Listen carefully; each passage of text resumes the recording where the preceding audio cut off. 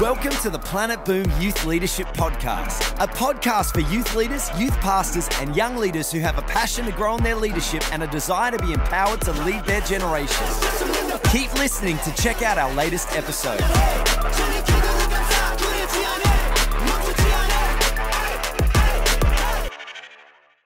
Hello and welcome back to the Planetboom Youth Leadership Podcast. Woo! We are here for our 10th episode, and you might have noticed that we are now releasing these episodes every other week or fortnightly if you're here in Australia. But today we have something very special. But before then, if you haven't checked out our other podcasts, make sure you do that on our Planetboom YouTube channel or via Podbean. There is some awesome content up there for you. And remember, if you have any questions, please be sending them through planetboomresource@planetboom.com or check out our Planetboom Resource website, and you can enter your questions there, and we would love to answer them on this podcast. Yes. With a panel like this.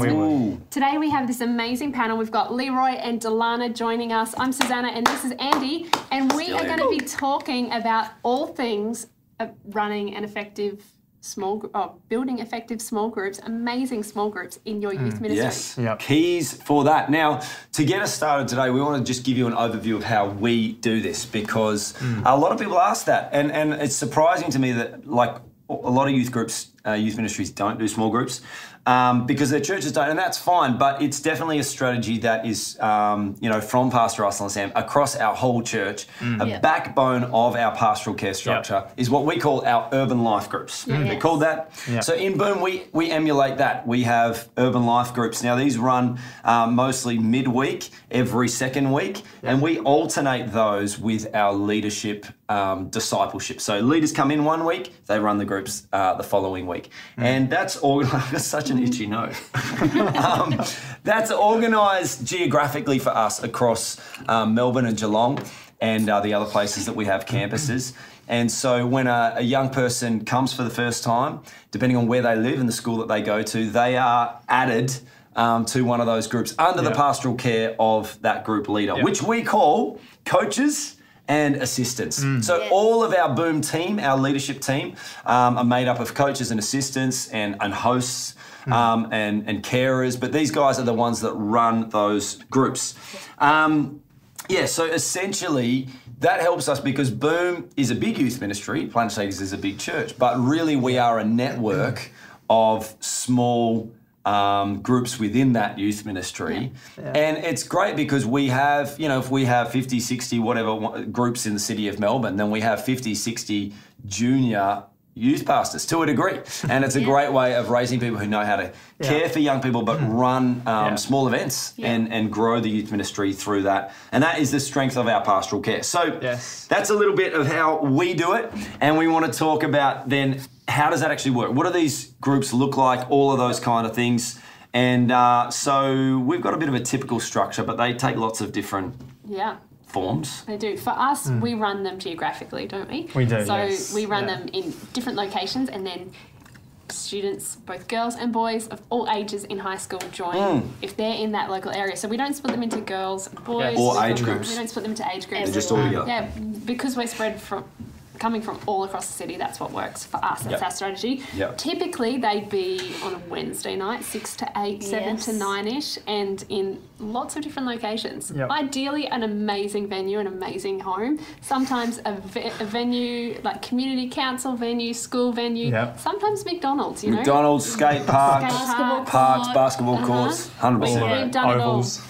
And that might, those nights might take different forms. Sometimes we'll do social things, but for the most part, a normal night would look like food, hanging out to start with, games maybe, some announcements, just getting everyone up on the same page. And then we always have some kind of word, whether that's a leader sharing. We do videos corporately across the church, study, message, whatever it might be, and then an opportunity to respond, praise, worship, minister, and those are the amazing parts. Totally. Of life. I think it's worth saying some key ingredients that we want to make sure is in these small groups. The 4 F's. Fun, family, faith, and food. Yes. On the top of the head. Like, but I think those things are important because really there's only so much discipleship that you can bring on a Friday night with a crowd. Yeah. And discipleship happens, yes, through the word, but it also happens through fellowship. You know, that's not the word you use all the time with young people, but it's true.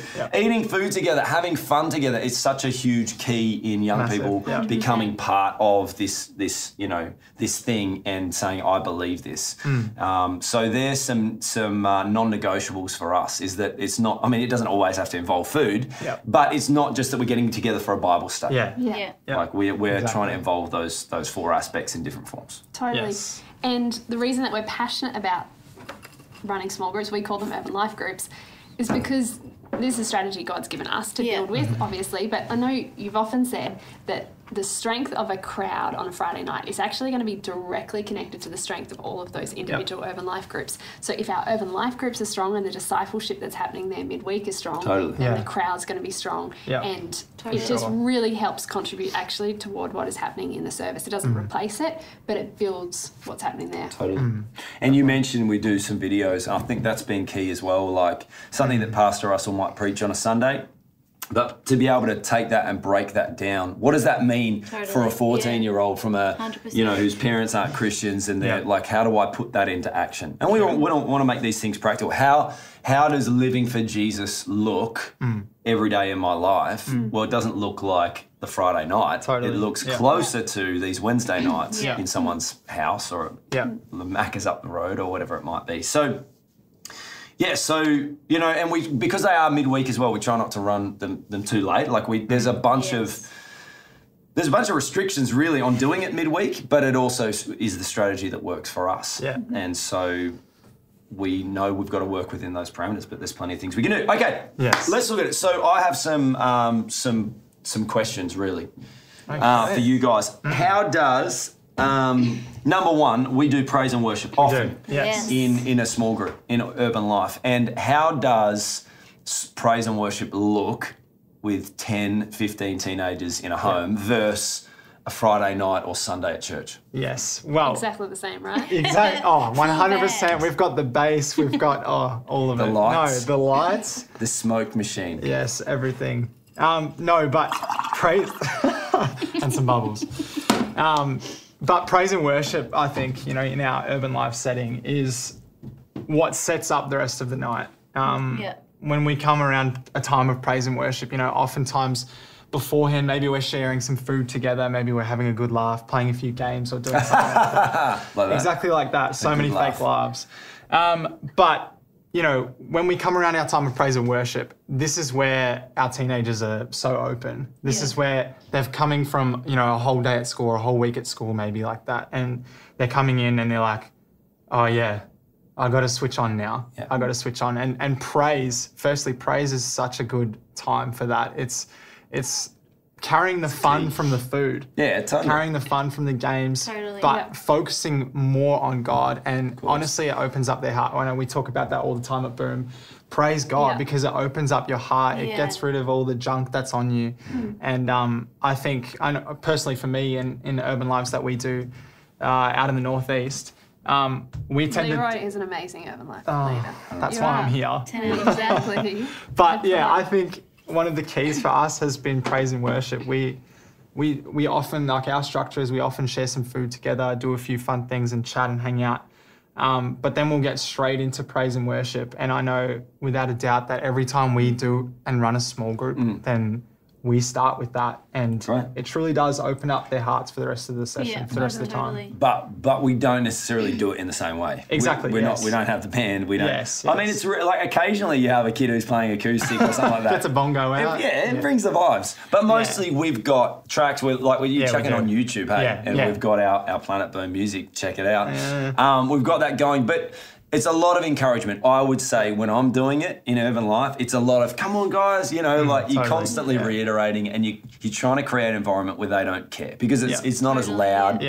No kid wants to hear their own voice. Well, not the normal ones. Don't want to hear their own voice while they're shouting and praising. You want to get lost in the crowd. That's not the vibe at urban life. So you got to try and create something where they're not feeling self-conscious. And the best way to do that actually is fun and not taking it too totally. seriously. Yeah, and having fun in that time. And I think one of the biggest keys for that is, if you can, you know, if your hosts let you, but have the music loud. Totally. Yes. And I know a big thing I know we've talked about in our leaders is, if you're not making a fool of yourself as a leader, if you're not stepping out and doing something like that, then you can't expect the rest of your young people Mate, to do that. Write that down. I think that's a big key. Just put yourself out there and make sure that you're having fun and you're taking them with you. Totally. And having a relaxed environment is that's what a small group's supposed to be. So we've all got stories of the music stopping halfway through, everybody jumping, 100%. the lights turn on or turn off, or you know, the phone rings, that's the music's playing on. And you just got to embrace it that it's not the professional part of church. Yeah. It's the real life part of church. And actually, I think those things mean more to a young person because they relate to them. Totally. Life is awkward. Life doesn't go to plan. Yeah. Urban life can be the same for us. Totally, yeah. It's not my question to answer, but if I can jump in. You can. You're the boss. This just reminds me of when I was a teenager. Sorry, a little blast from the past. But when I first went along to my first urban life, I'd only seen praise and worship in that corporate setting. Yeah. And I remember then seeing these people who praise and worship God at church corporately, and it was powerful and it was amazing and it was professional. But then being able to see that translated in a home actually then unlocked my heart to be able to go, this is what a devotional life looks like. Yeah, I can actually do this in my own bedroom at home, and it stirred a desire for that. When before that, I thought that was just for Sunday. So that's why it's so important demonstrating these things in a home, in a very normal environment where you don't have a keyboard player, because that sets them up for their own personal devotional life. True. We need to keep it moving. It's a very good point. How do you... Okay, so that's maybe part of the F, the faith factor. Family vibes, though. There's such a big key for us of the family within the bigger family, within the bigger family, within the bigger family. The family of the body of Christ, the family of the local church, the family of the youth ministry in that church, the family I belong to within that family. And the bigger things grow, the more important that is. Yeah. How do you create those? Maybe you answer that. How do you create those family vibes? What are some keys? Totally. And for that? I remember times when I've had to plant an urban life. That was probably one of You're a pioneer. I am. One of the first things we'd focus on, because when you're a family, when you feel like you're a part of a family, that opens up your heart. The anointing's here. This is also It's already a key. out. This is a key. You Sorry, carry on. download that app for Ministry Time at Urban Life. It's Garage Band, guys. Carry on. But it does open your heart when on a Wednesday night, if you have a teenager, being like, yeah, I'm going to go to Urban Life. Yeah. That's my family. I know that they believe in me. They love me. That is a safe place. So building an urban life that has family is so important. But I think one of the keys is as a leader, doing life with those teenagers. Great. When they know that, yes, that leader actually cares about me. It's not just a Wednesday night thing where they're like, oh yeah, I just want to talk to you right here, right now, because it's urban life. Preach that And message. teenagers can see through, They can, I think, fakeness. 100%. They can see that. It's like, well, you only text me on a Wednesday. That does close off their heart a I'm bit. a But responsibility to you, not a relationship. Yes. totally, and we are I feel about that. building relationships with teenagers. And so I think starting off on a non-urban life night, building that relationship with them so that when it actually comes to urban life, their heart is already open and they're already ready because they know that leader loves me. That would open up my heart for things like urban life. Genuinely, I was like, we do have people and leaders that love us, and opened up my heart to receive at those things. But I think, having those personal relationships is important. But on a night, you know, not every teenager is the same. I think understanding, meeting every teenager where they're at. Brilliant. You know, some people might be so excited and so loud, which is more what I'm like. But I've had teenagers who are so quiet, so just, you know, introverted. And I've had to go to them and talk to them and be like, how can I help them be a part of this family? And I think meeting every teenager at their needs and knowing that not everyone is going to be the same. Totally, and I think when they do see that you're making an effort as a leader, they're like, yeah, I will open up my heart, and this is my family as well. And another thing I think I try to encourage with teenagers is like, let them know that other people in your small group we protect them. We are a family, and I think that does help. Like, we've heard stories in schools of like people that are a part of an urban life. Pastor Andy shared this once. This one girl was being bullied, but she had 2 people in her urban life at her school. But because they were in an urban life that was had a family foundation, those 2 boys helped that girl who was being bullied. And it was just like, because of Planetboom, they had that family foundation. It was like, goes beyond a Wednesday night when you're a family, goes into their school, everyday life. And so it really is an amazing thing to do. And I think a challenge with the small group is, when it's a challenge with any family, is that you want it to be strong. You don't want it to be so strong that it's exclusive. Totally, yeah. 100%. Like, you got to get that balance between this is us, but it's not always just going to be us, because we want to grow, we want to multiply, we want new people to come. So you got to help the young people in that to develop a culture within the group of we all belong here, but because we belong, more people belong. 100%. Right.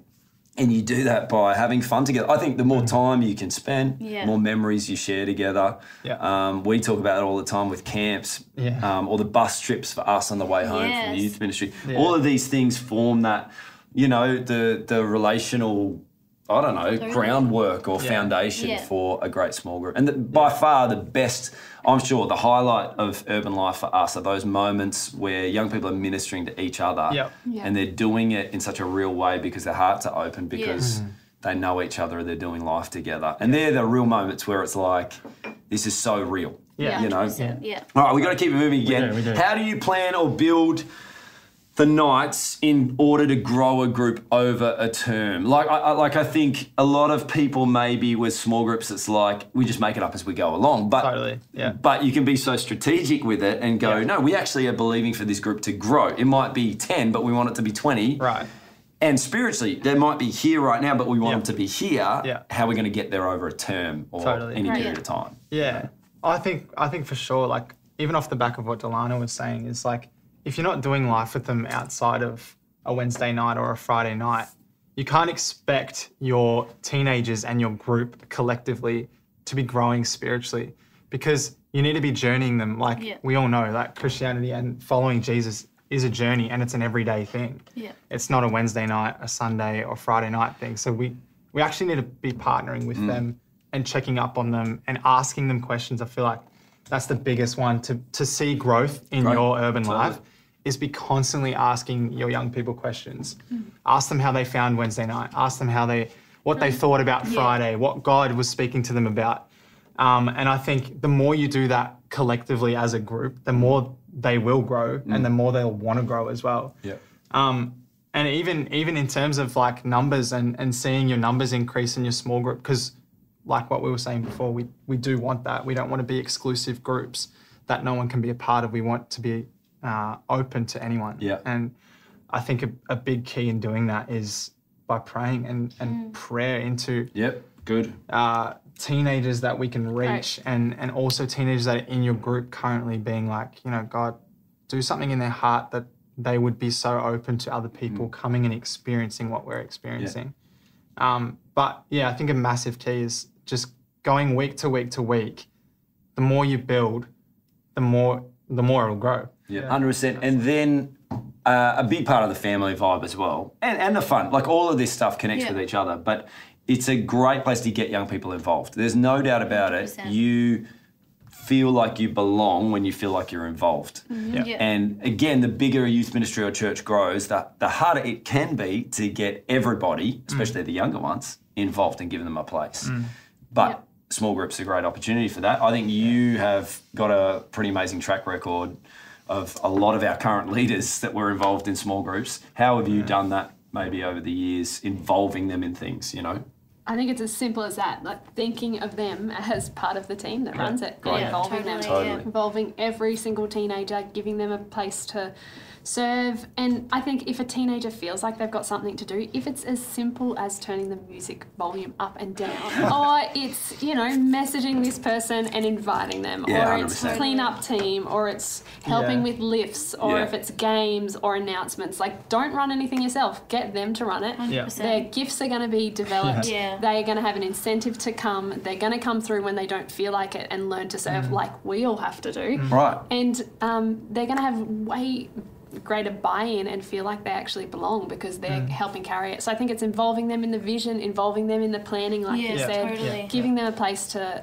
serve, and just, you know, give them a shot. Maybe it feels like they can't do anything. They can do something. They can, 100%. They can clean up, they can take rubbish out, Capable. they can play, I don't know, music on their phone. They can. There's something that you can find every single teenager, no matter who they are, to be involved in, and they all feel so special. And totally, and such a big part of small groups, I think, is showing young people that they can do this Christian life. Yeah. Right? Totally. It's not for the preachers on the stage. It's for the 13-year-old in school with a broken home and whatever.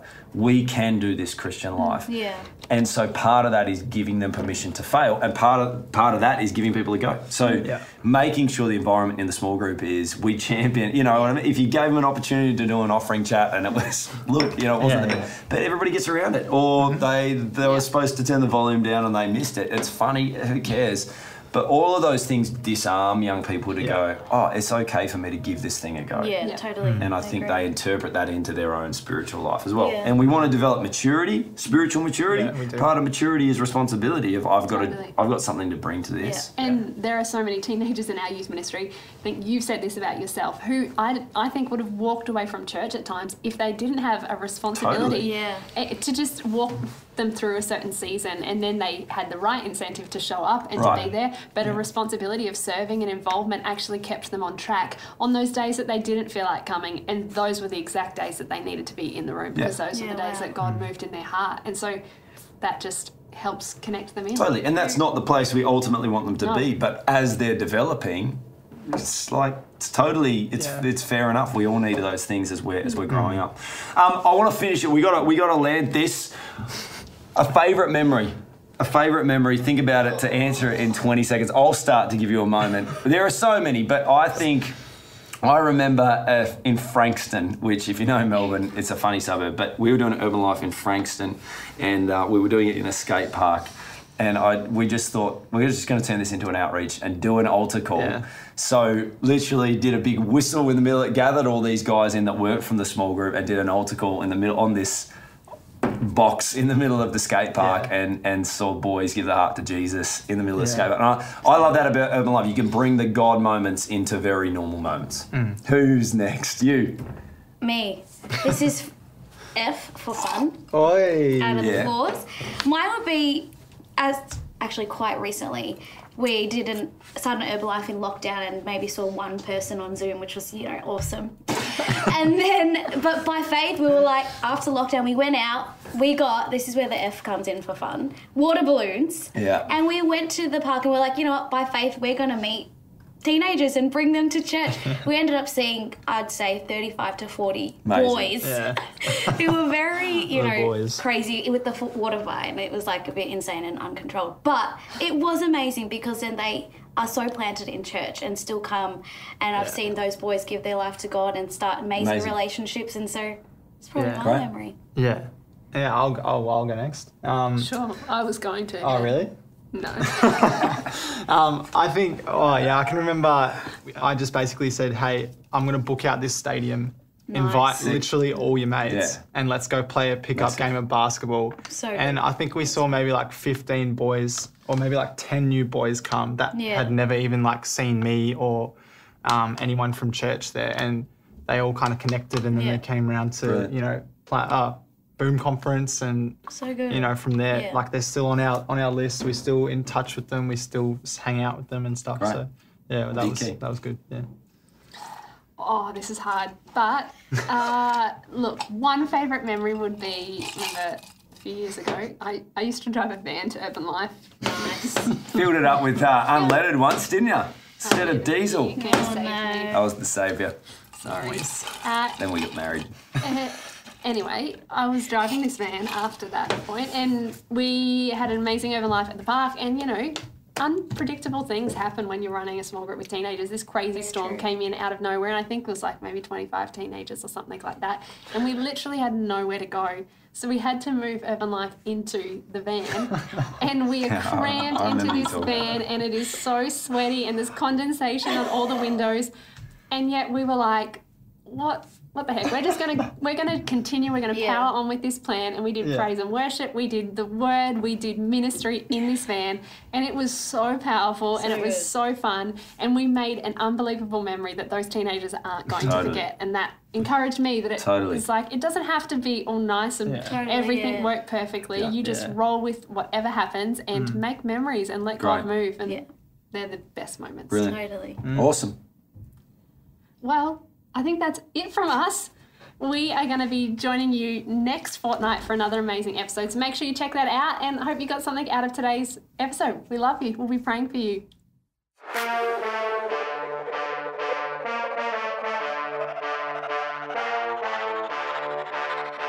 Come